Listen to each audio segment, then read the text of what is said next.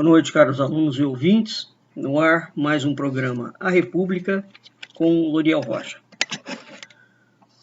O tema do nosso programa de hoje será a continuidade do programa do dia 11 de abril, algumas palavras sobre a Rússia, parte 2.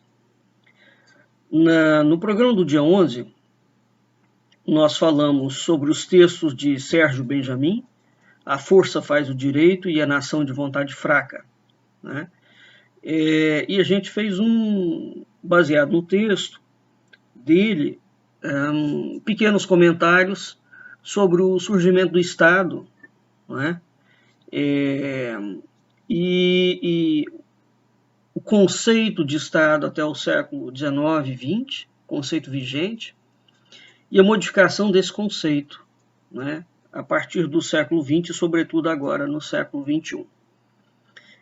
Falamos também sobre o modelo de economia e de capitalismo, sobretudo, que passou a vigorar a partir da década de 70, em razão de uma imposição de um arranjo ultraliberal da Inglaterra e dos Estados Unidos, né?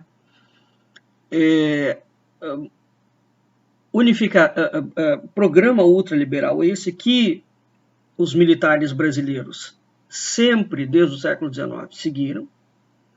Os militares brasileiros nunca foram nacionalistas. Esse é um erro terrível, no sentido de se pensar o nacionalismo nacional. Tudo que essa gente nunca foi nacionalista, eles não gostam de cultura, eles não gostam de tradição, eles não gostam de nada disso. Então, quando se fala em nacionalismo, é preciso definir o que é isso, né? Os militares brasileiros, repito, desde o século XIX, são a antítese de qualquer ideia de nacionalismo que se possa ter num sentido fidedigno do termo. Bem, então, nós havíamos dito que era preciso ter, pelo menos em perspectiva, essas duas ideias, quer dizer, a ideia de Estado e as modificações que esse Estado sofre. E o capitalismo que surge no século XIX não é o mesmo capitalismo do século XX e XXI. Então, quando você fala que a Rússia é comunista, que a China é comunista, ou que os Estados Unidos são capitalistas, é preciso entender isso à luz da verdade hoje, tá? Porque a palavra é igual, mas o conceito não significa a mesma coisa, não. Pelo contrário, eles são completamente distintos. Bem, no programa de hoje, nós vamos falar sobre a guerra na Crimeia e a participação norte-americana. Esse texto de Mauro Santayana foi publicado em 5/3/2014. Tá? Portanto, 5 de março de 2014. Veja que é um texto muito antigo. Não havia sequer rumores de guerra entre Rússia e Ucrânia. Tá claro? Ora, esse texto é um texto, de certa forma, profético, não é?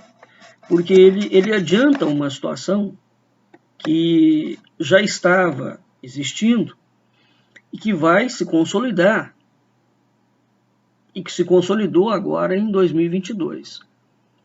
Evidentemente que o Santayana, para fazer uma avaliação dessa, ele tem estudos sérios da realidade do momento. Bem, isso é uma outra perspectiva que a gente tem que ver aquela situação que está acontecendo hoje, né, que criou essa guerra. Então, ao contrário também do que tem sido propalado pela mídia mentirosa, existe uma estrutura macro geopolítica que tem que ser analisada. Vamos ao texto. A Alemanha e os Estados Unidos querem montar um grupo de contato para promover negociações. Mas, em gesto de aberta provocação, Washington envia o secretário de Estado, John Kerry, a Kiev, para manifestar o apoio dos Estados Unidos aos rebeldes que tomaram o poder na capital ucraniana.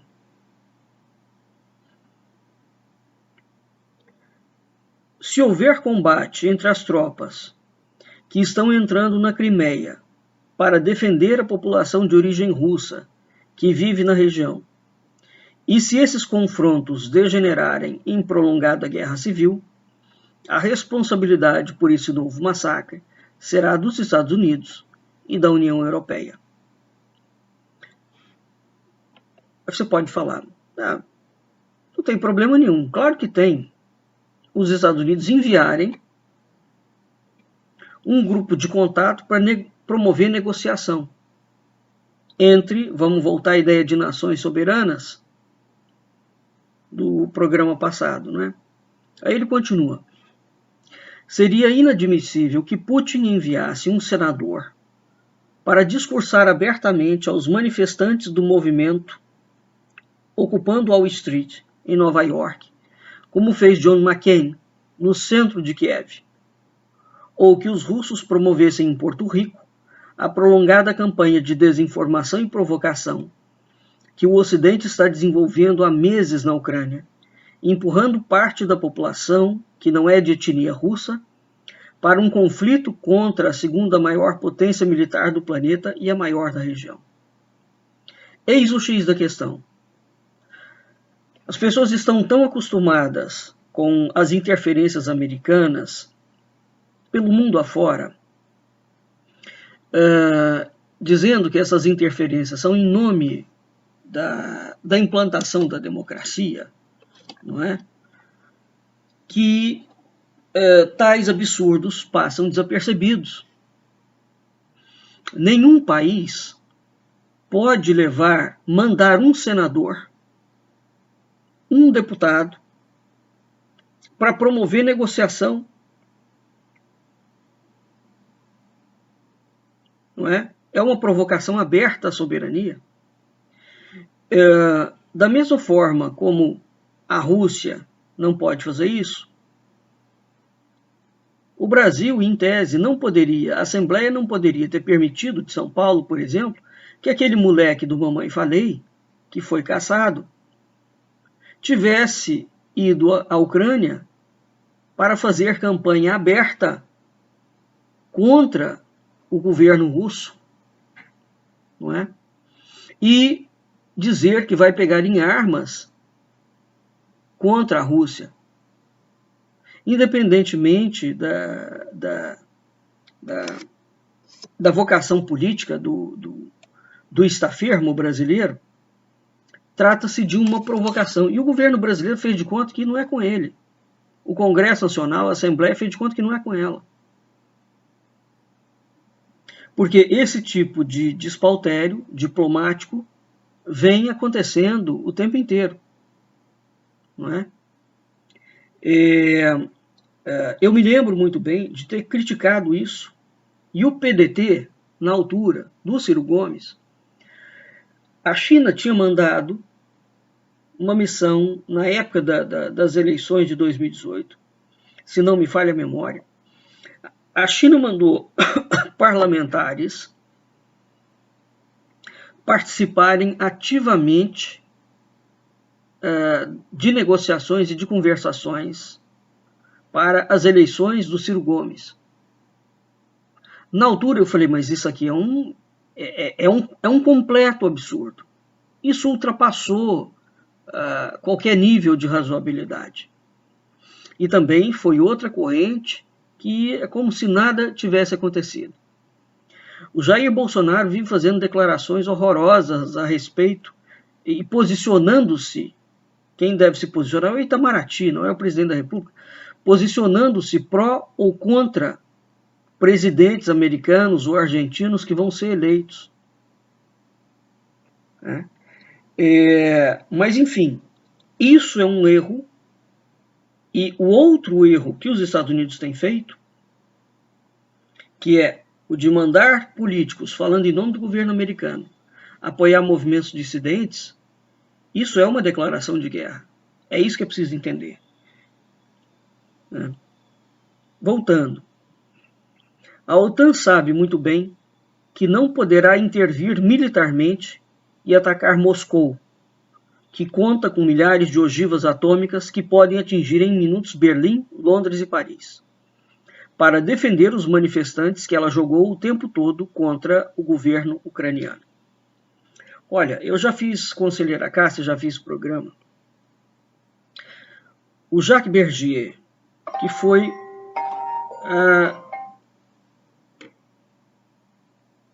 um terrorista e agente secreto francês. O Jacques Bergier, na década de 80, 70, 80, tem um livro dele chamado A Terceira Guerra Mundial Já Começou. Eu já falei muito sobre esse livro. Essa obra cita expressamente, nós estamos falando da década de 70, 80, que as próximas guerras pelas quais a humanidade passaria não seriam guerras como a gente viu na Primeira e na Segunda Guerra Mundial. Seriam guerras fomentadas por microterrorismo. É exatamente essa situação que acontece. Os Estados Unidos financiando grupos. Veja, a falsa direita brasileira tem declaradamente indivíduos que dizem que estão indo à Ucrânia fazer treinamento de guerra. Aquela moça que foi presa, que era bolsonarista radical, chegou a colocar, inclusive, o Olavo de Carvalho como o orientador do esquema, para eles irem à Ucrânia. Se eles vão, quem é que está financiando? Então, esse é o ponto. Seria preciso seriedade para seguir o dinheiro dos financiamentos, mas, sobretudo, é preciso entender que o que está sendo feito, qual é a diferença de terroristas serem treinados em Cuba para implantar o comunismo e terroristas serem treinados na Ucrânia só porque são defensores de bancos, da agenda ultraliberal, de um falso conservadorismo? Eles têm direito de desestabilizar os países porque eles são de uma outra facção política? Não, não tem. O que vale para um deveria valer para outro, se a pessoa tivesse um mínimo de seriedade. Mas o Brasil virou um país que é uma catástrofe só. Cada um apoia o seu bandido de preferência. Ninguém está interessado efetivamente no país. Todo mundo está interessado em defender o seu bandido, seja ele da direita ou da esquerda.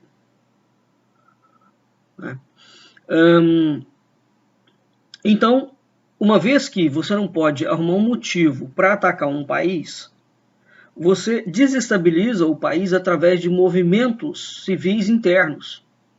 São as inúmeras revoluções coloridas que os Estados Unidos têm bancado mundo afora. Então veja, o Santayana já está falando sobre isso em 2014. Continuando. Sua intenção é levar o país ao caos, pressionando Yanukovych a tentar recuperar o poder com o apoio de Putin, para depois acusá-lo, junto com o líder russo, de déspota e de genocida, e posar de defensora dos direitos humanos, da liberdade e da democracia. O Yanukovych foi deposto e assumiu hoje esse que era um palhaço, não é? Que é o presidente atual da Ucrânia, que é um indivíduo de origem judaica e que apoia nazismo, o nazismo ucraniano. É um completo nonsense, né? Quer dizer, como é que um indivíduo judeu apoia o nazismo? Isso é impensável, mas é o que acontece.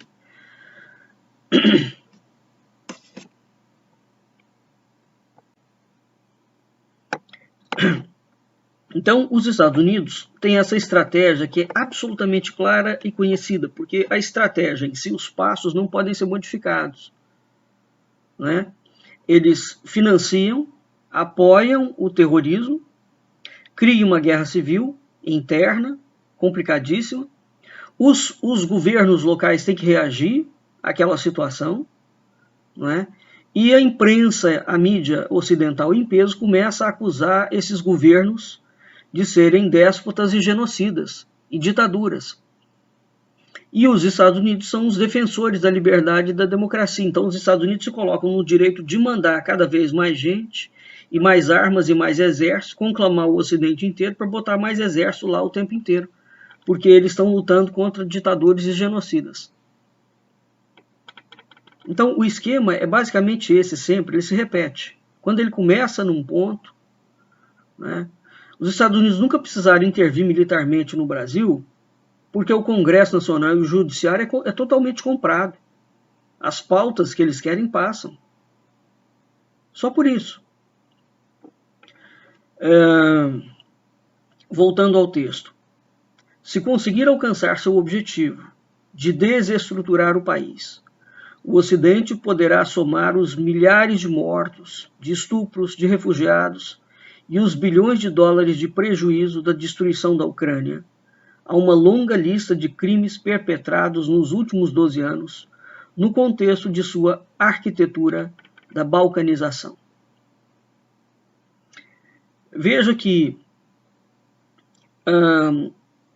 os Estados Unidos estavam fazendo isto na Ucrânia, já de longa data, naquela região onde era a região da antiga União Soviética, não é? Os Estados Unidos fez isso no Oriente Médio, a Inglaterra fez isso na Índia, fez isso na China. Muito pouca gente sabe que a Revolução Chinesa de Mao Tse-tung deu-se contra o barbarismo que a Inglaterra perpetrava na China, né? Então, eles estão desestabilizando aquela região do Oriente, da Ásia, do Extremo Oriente, há muito tempo. A quantidade de gente, de muçulmanos, persas, árabes e não só, cristãos, migrando para a Europa em razão das guerras de terrorismo que eles estão fomentando ali, né? Então, eles estão despejando em cima da Europa uma quantidade de pressão absurda e o europeu tendo que absorver aquela loucura toda. Isso tudo por causa de dinheiro, né? Porque eles querem expandir cada vez mais a sua riqueza para locais que eles não têm direito, porque nós não estamos mais diante do capitalismo, nós estamos diante de uma outra coisa que lida em torno do dinheiro a qualquer custo. Continuando o texto do Santayana. Inaugurada nos anos 90, hein? Essa tática foi testada primeiro na eliminação da Iugoslávia e na sangrenta guerra que se seguiu, que acabou dividindo o país de Tito em Eslovênia, Croácia, Bósnia e Herzegovina, Macedônia, Montenegro, Sérvia e em enclavos menores como o Kosovo. As pessoas esquecem da guerra da Iugoslávia. Foi uma das coisas mais sangrentas e horrorosas e injustificáveis possíveis. Fragmentou a Iugoslávia. O mesmo processo de fragmentar para dividir e dominar, destroçando o destino de milhares, milhões de idosos, mulheres e crianças, foi mais tarde repetido no Iraque e no Afeganistão, jogando etnia contra etnia, cultura contra cultura, no contexto da guerra contra o terror. Esse é o argumento que eles usam, montada a partir de mentiras, com as armas de destruição em massa de Saddam Hussein, que nunca existiram. Veja o seguinte. Gostando ou não do Saddam Hussein, não havia projeto expansionista do Iraque. Não há. Esses povos que eles atacam, em nenhum deles, em nenhum momento, eles estão querendo expandir as suas fronteiras para o Ocidente. Militarmente falando, geopoliticamente falando. A ditadura é local. Ninguém questiona a ditadura, ela é local. E, curiosamente, esses países são escolhidos a dedos porque eles têm reservas estratégicas. Diamante, ouro, petróleo, gás e por aí vai. Porque eles não estão interessados. Vê se eles vão invadir a Mauritânia, por exemplo. Alguma ilhazinha pequena do Pacífico. Não tem interesse. Não é? Então, essa forma, olha o que o Jacques Berger falava. O novo modelo de guerra serão as guerras movidas por terrorismo e inteligência militar, que é exatamente o que está acontecendo agora. O mesmo ocorreu depois na Tunísia, Líbia, Egito, Iêmen, Síria, a partir do macabro engodo da Primavera Árabe, também insuflada de fora em nome da liberdade, que como maior resultado colocou em poucos meses crianças que antes frequentavam, em condições normais, os bancos escolares, para comer, sob a pena de perecer de fome, a carne de cães putrefatos recolhida nos escombros. Os Estados Unidos e a Inglaterra são os países mais violentos, criminosos e assassinos dos últimos 500 anos da história. Essa gente já matou mais gente junta do que a Primeira e a Segunda Guerra Mundial. E não há nenhum motivo para o que eles vêm fazendo, exceto a ideia da liberdade e do capitalismo. Quando teve a guerra no Iraque, não é? E que algum tempo depois, Tony Blair estava no governo, a chamada terceira via, não é? E que em algum tempo depois ficou comprovado que eles alegaram aquela coisa que o Iraque tinha armas de destruição em massa. Nunca tiveram.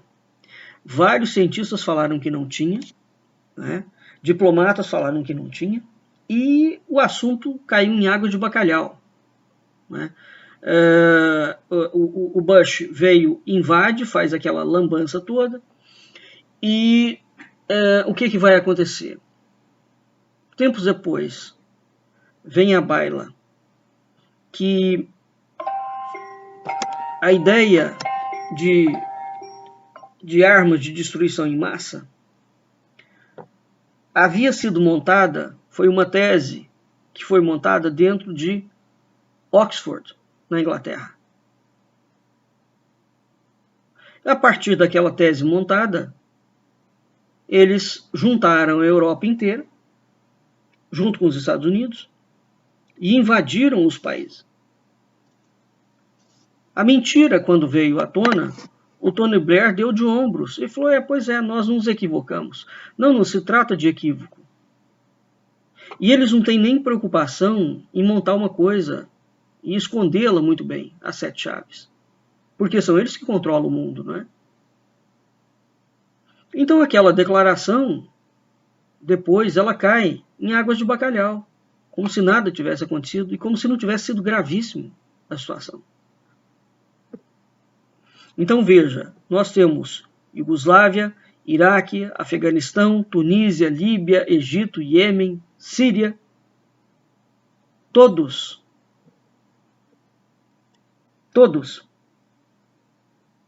envolvidos na guerra contra o terror, que eles chamam disso, é o bem contra o mal, a guerra do bem contra o mal. O Bush cansou de falar sobre isso.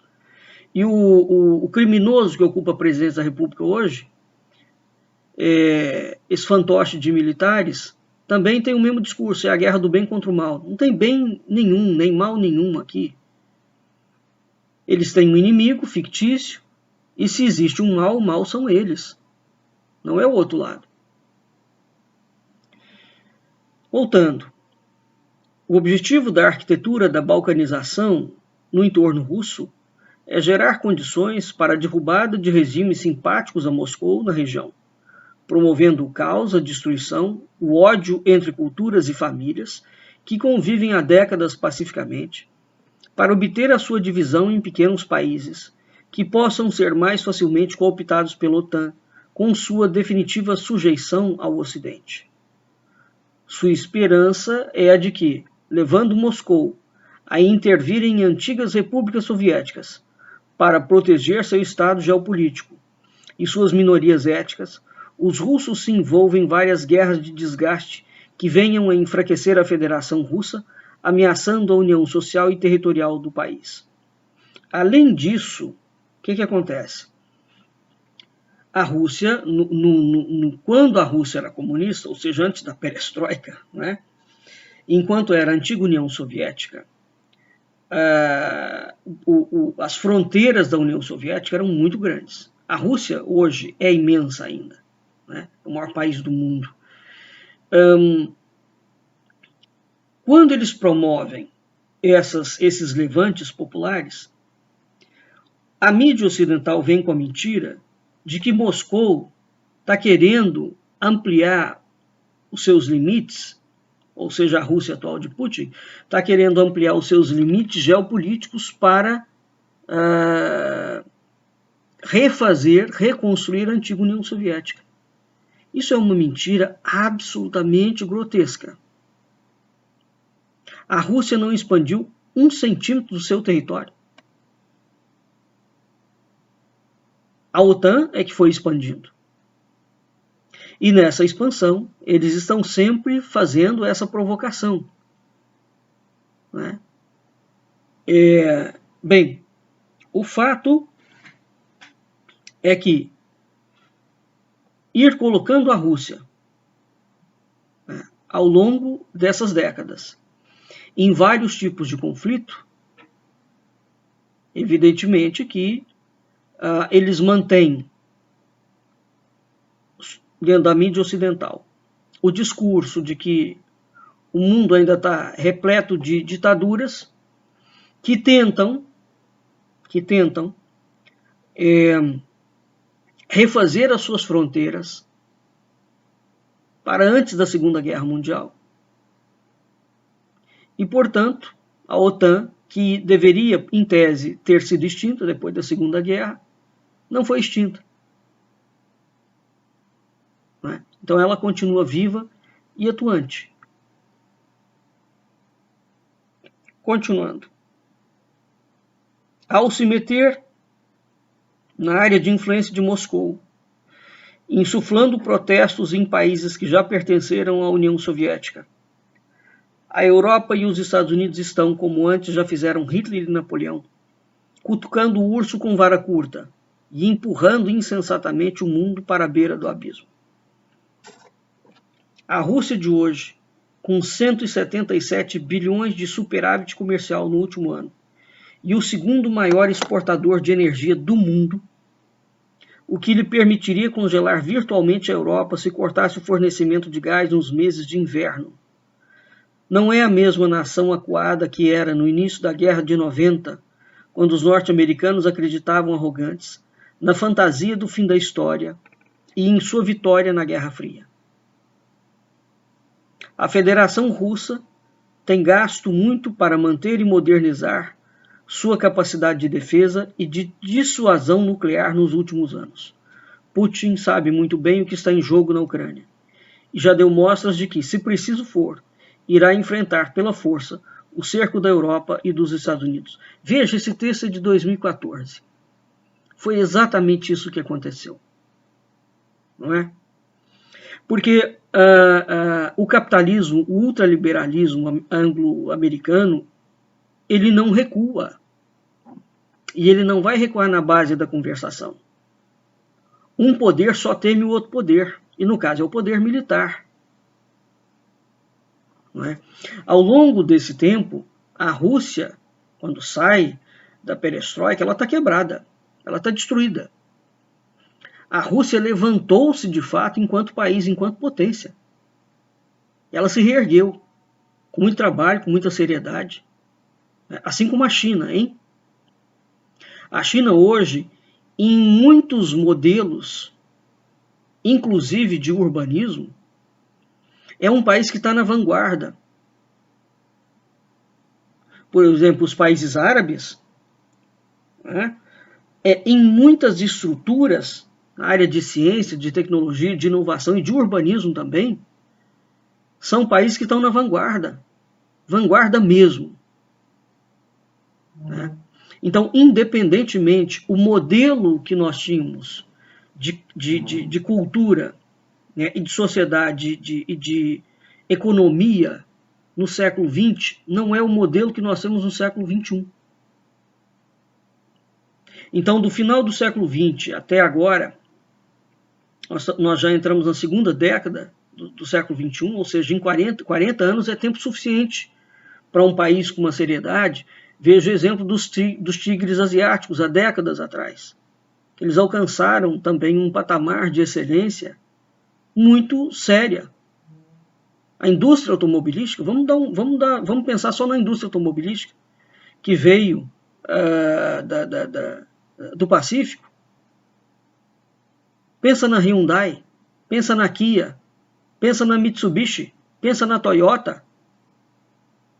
Para a gente entender a Caoa Chery, chinesa, que começou imitando carro. Então, nós estamos diante de uma gente que sofreu muito com guerras, que tem estruturas governamentais autocráticas, em sua maior parte dos casos, mas que estão conseguindo, né, se reorganizar ali sem tentar conquistar o mundo. Ou seja, eles estão baseando a sua riqueza dentro do seu território. Por mais que se possa fazer críticas a esses modelos totalitários, ditatoriais, autocentrados, é preciso ter muita cautela e analisar aonde aquele modelo é bom e aonde aquele modelo é ruim. Não é? O mesmo vale para aquilo que a gente chama ainda de capitalismo no Ocidente. Até que ponto esse modelo de sociedade que a gente defende é uma coisa saudável? Não é? A Federação Russa tem gasto muito para manter e modernizar a sua capacidade de defesa e de dissuasão nuclear nos últimos anos. Putin sabe muito bem que está em jogo na Ucrânia e já deu mostras de que, se preciso for, irá enfrentar pela força o cerco da Europa e dos Estados Unidos. Está enfrentando. E a Rússia, não tenho dúvidas, não vai recuar. Ele já provou que está disposto a levar até o fim a decisão que tomou de não se deixar confundir em nenhuma hipótese com uma espécie de Gorbachev do terceiro milênio. E o texto termina por aqui. O Mauro Santayana foi correspondente na Europa, trabalhou na última hora, né? É jornalista, colunista, foi colunista do Jornal do Brasil. Então é muito interessante nós temos um jornalista brasileiro que escreve um texto de 2014 cuja verdade se configura, né, quase 10 anos depois. Então veja que aquilo que ele desenhou já estava lá, não é?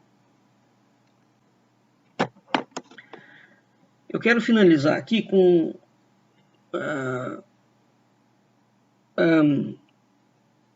algumas situações históricas acerca da Rússia. Nós vamos fazer talvez mais um programa, na parte 3, porque eu não vou conseguir ter tempo de analisar o outro texto que eu me propus. É preciso entender historicamente aqui o seguinte: a Rússia nunca teve escravos negros, nem criou um mercado para comercializar negros no período de 1600 a 1800. Então eu quero trazer algumas situações históricas. Na chamada Conferência de Berlim, que foi feito em 1884 para compartilhar e retalhar a África como um pedaço de carne de churrasco entre os países europeus, a Rússia não participou disso. A Rússia não saqueou os recursos da África de 1914 a 1960. Não tem colônia lá. Ela não estimulou o subdesenvolvimento. Óbvio que ela apoiava movimentos comunistas, né? A Rússia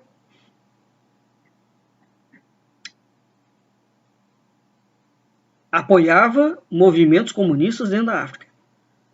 Isso é uma coisa.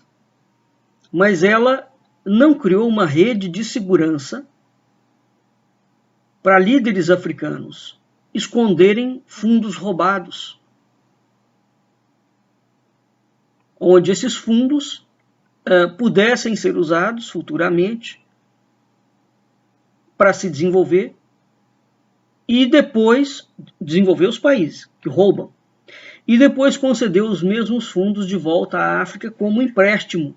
Então você vai, saqueia o país, rouba as riquezas dele, e depois você, com o país saqueado e destruído, o seu representante está lá no governo, você abre uma frente de empréstimo e devolve parte do dinheiro que você roubou.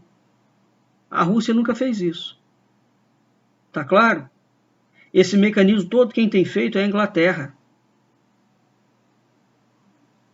É a Suíça. São os Estados Unidos. É o Banco Mundial. Então a Rússia, no que diz respeito, por exemplo, só à África, hein? Ela não desestabilizou os países africanos. Líbia, Somália, Congo, o Egito, a África do Sul, Burkina, Angola.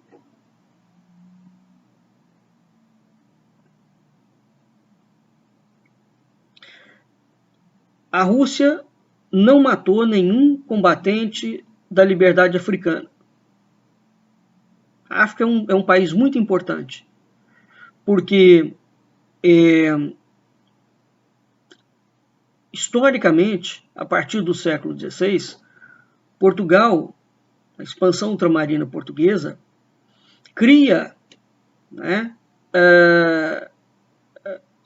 anexa da África, através de contratos e de casamentos, uma grande porção da África, né, várias localidades da África, da Índia e da China. Depois, há uma sequência de guerras que são promovidas dentro da Europa para pegar esses lugares que eram do Império Português, que pertenciam ao Império Português por casamento, não por invasão. A Inglaterra, com a Commonwealth, né, fomenta Inglaterra, França, Espanha, não é?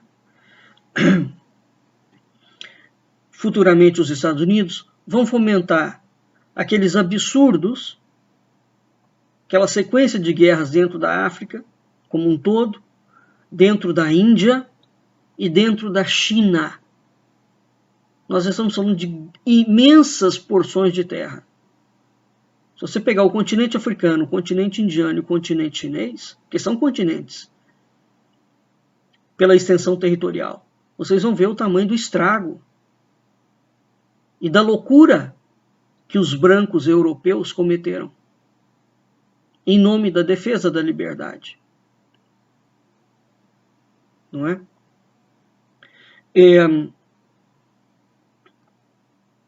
Foram os Estados Unidos quem matou Marcus Garvey, do Black Panther. Foram os Estados Unidos quem matou Thomas Sankara, de Burkina Faso. Foram os Estados Unidos que mataram Patrice Lumumba, do Congo. Mataram Malcolm X, do Pantera Negra. Matou o Muammar Gaddafi, da Líbia. Matou o reverendo Martin Luther King Jr. Matou Tupac Shakur. Matou Fela Kuti. Matou Stephen Biko, de Bantu. Matou Salomão Mahangu. Matou 5 milhões de bio-afrans, etc. Então, existe um histórico de guerra que tem sido dito que a Rússia é o grande bicho-papão, não é? O comunismo russo não foi manso, não. E de nenhum momento na minha vida eu defendo aquilo ali. Mas em nenhum momento da minha vida eu defendo o ultraliberalismo, o materialismo dialético e o materialismo histórico, que é a base do ultraliberalismo maçônico, que é aquilo, o discurso convalidado pela ideia de que quem tem mais dinheiro tem mais poder e tem mais direito. Você quer um resumo do ultraliberalismo? É exatamente esse. Ele não lida com ética, ele lida com a ideia do dinheiro em si. O dinheiro é um valor em si mesmo, né? Um valor ontológico, inclusive, ele é um referencial divino. Quem tem mais dinheiro merece ter todos os direitos possíveis e não tem que prestar conta de nada. E quem tem menos dinheiro tem que estar submisso a quem tem mais dinheiro. Isso é o liberalismo do Paulo Guedes, dos generais brasileiros, da maçonaria, para criar a chamada República Maçônica Universal. Eu já cansei de falar por diversas vezes que a maçonaria não é uma sociedade secreta no sentido de iniciática. A maçonaria, a base da maçonaria é econômica. Ela visa a instauração, visava quando ela foi criada e continua nesse projeto, a instauração da chamada República Maçônica Universal. É preciso entender o que é isso, e para entender o que é isso é preciso olhar para o sistema de produção, de economia, de capitalismo, de socialismo, seja lá o que for. Então essa gente faz acordo com Deus e o demônio, desde que dos dois lados o dinheiro esteja correndo solto. Tanto faz.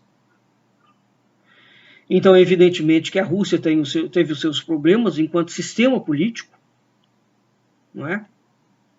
Mas esse sistema político, justiça seja feita, no caso da África, não é? Eles não dividiram a África como um butim. Então, se a Rússia é um bicho-papão, o Ocidente pode ser configurado como o próprio diabo.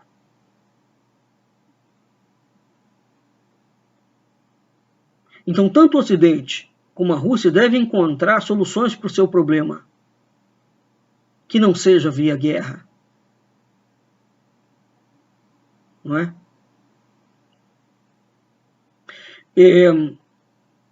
Então, a história dos países é preciso ter muita cautela quando a gente analisa essas coisas. É como a China hoje. A China é um problema? Enquanto poderio? Mas a China não tem nenhuma intenção de invadir militarmente nenhum país. Ela não precisa disso. Essa questão da invasão territorial, ela ficou no século passado. Hoje você domina os países de uma outra forma. Não é? E até essa dominação econômica que está literalmente destruindo completamente as culturas locais. Destruindo completamente. Para a gente ter uma ideia, quando a comunidade europeia, que é um sistema socialista, de esquerda, foi implementada sobre toda a Europa, né, é bem verdade que muitos países estavam em frangalhos. A Europa, eles investiram muito dinheiro na Europa. Então, hoje, quando você vai à Europa, a Europa está completamente diferente. Não é? Agora, ao mesmo tempo que é verdade que eles investiram muito dinheiro em infraestrutura, saneamento, educação, saúde, etc. e tal, nós temos algumas questões muito interessantes. Os pequenos produtores e as culturas locais foram sendo massacrados e mortos. Para a gente ter uma ideia, o português, que tinha uma rede pesqueira impressionante na sua própria costa, não pode mais pescar na sua própria costa. Porque a pesca está aberta para o Japão e para outros países. Os plantadores de oliveira tradicional não plantam mais oliveiras tradicionalmente. Pelo contrário, os olivais antigos, está acontecendo uma situação no Brasil muito curiosa. Os olivais antigos estão sendo derrubados, portanto, aquela forma de produção, e estão dando lugares a novos olivais. E o paisagismo brasileiro, às vezes a gente entra dentro de lojas, estou falando isso de testemunho, porque já me ocorreu, né? De entrar dentro de loja de paisagismo, lojas grandes no Rio, São Paulo, e ver oliveiras centenárias sendo vendidas aqui. São as oliveiras que estão vindo de Portugal, estão importando e vendendo. A picaretagem brasileira é tão grande que eles estão vendendo aqui como se a oliveira tivesse sido produzida no Brasil. Não é? Evidentemente que eu não posso dizer o grau de produção, de produtividade de uma planta dessa, que eu nunca comprei, não é? Mas é esse tipo de situação. Então, o capitalismo é algo que é frontalmente contra, na sua base, por essência, a cultura local. Qualquer cultura local. Então, a ideia de grandes conglomerados, de grandes processos industriais, vai na antítese de movimentos como o slow food, por exemplo, né? Em que você produz num local e os produtores locais, o que é uma coisa lógica. Se você vive num local onde no entorno você tem quem produz hortaliça, produz porco, ave, gado, queijo, embutidos, iogurte, manteiga, não é? E vende, abastece o mercado do entorno, né? E o excedente você exporta, você vende, vai para outro lugar. Isso é uma lógica de economia. Isso é exatamente a lógica que norteia, por exemplo, os produtos orgânicos. Eu sou um produtor orgânico do Rio de Janeiro, eu devo escoar o meu produto dentro do Rio de Janeiro. Eu fomento a economia local, eu gasto menos gasolina, eu dou emprego local. Enfim, tem toda uma cadeia que se transforma a respeito disso, né? Eu me lembro há muitos anos atrás, em que eu fui a Maringá e eu fiquei impressionado. Maringá, que o Sérgio Moro conseguiu desmoralizar. E eu fiquei impressionado, na altura, com a quantidade de compras que as pessoas faziam, né, nos carrinhos. E eu fui me inteirar daquela situação. Eram produtores locais, os supermercados incentivavam os produtores locais e compravam produtos deles. Então você conseguia, enquanto no Rio de Janeiro a gente comprava, fazia um carrinho de compra por mês, lá eles faziam 3. Isso é uma ideia, né, que é a antítese de grandes conglomerados. O grande conglomerado capitalista não admite o pequeno produtor. É a grande briga do agronegócio brasileiro. O agronegócio brasileiro não produz comida para a mesa do povo, para a nossa mesa. Quem produz é o pequeno agricultor, que não tem incentivo do governo. Né? O agronegócio produz comida para indústria, ou para boi, ou para ração, ou soja, ou sorgo, milho. Não vem para a nossa mesa. Nós não comemos produto do agronegócio, com raríssimas exceções. Bem, então, quando a gente fala em modelos, né, o capitalismo e o comunismo, é preciso ter em perspectiva quais eram as propostas disso no início e quais são as propostas que se consolidaram com o passar do tempo. Então o comunismo nasce sendo o elemento antagonista do capitalismo. E hoje você não pode dizer que os países ainda comunistas, como a China, é inegável,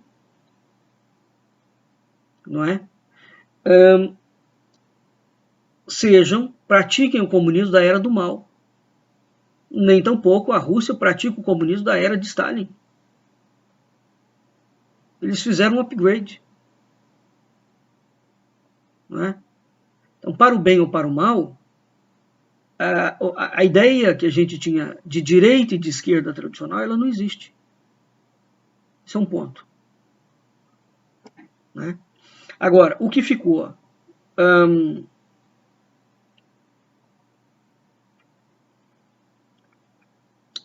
O que ficou patente é que há uma grande alteração nesses conceitos ao longo de 200 anos. Tá claro? Bem, nós vamos ficando por aqui e a gente vai ter mais um programa dedicado a essa parte da Rússia, onde eu quero focar na pessoa do Dugin, que é o intelectual do Putin, e do Putin, com essa ideia do nacionalismo russo, não é? Que para mim, e a visão desse mundo multipolar sobre a ótica russa, onde o eixo sul estará sob um domínio. Né? É um outro tipo de domínio, mas é um domínio. Todo messianismo político é muito perigoso. Eu já falei demais sobre messianismo político. Este canal, o canal do IMUB no YouTube, eu tenho sido talvez um dos poucos indivíduos que tem dedicado inúmeras aulas à ideia do messianismo e da manipulação simbólica.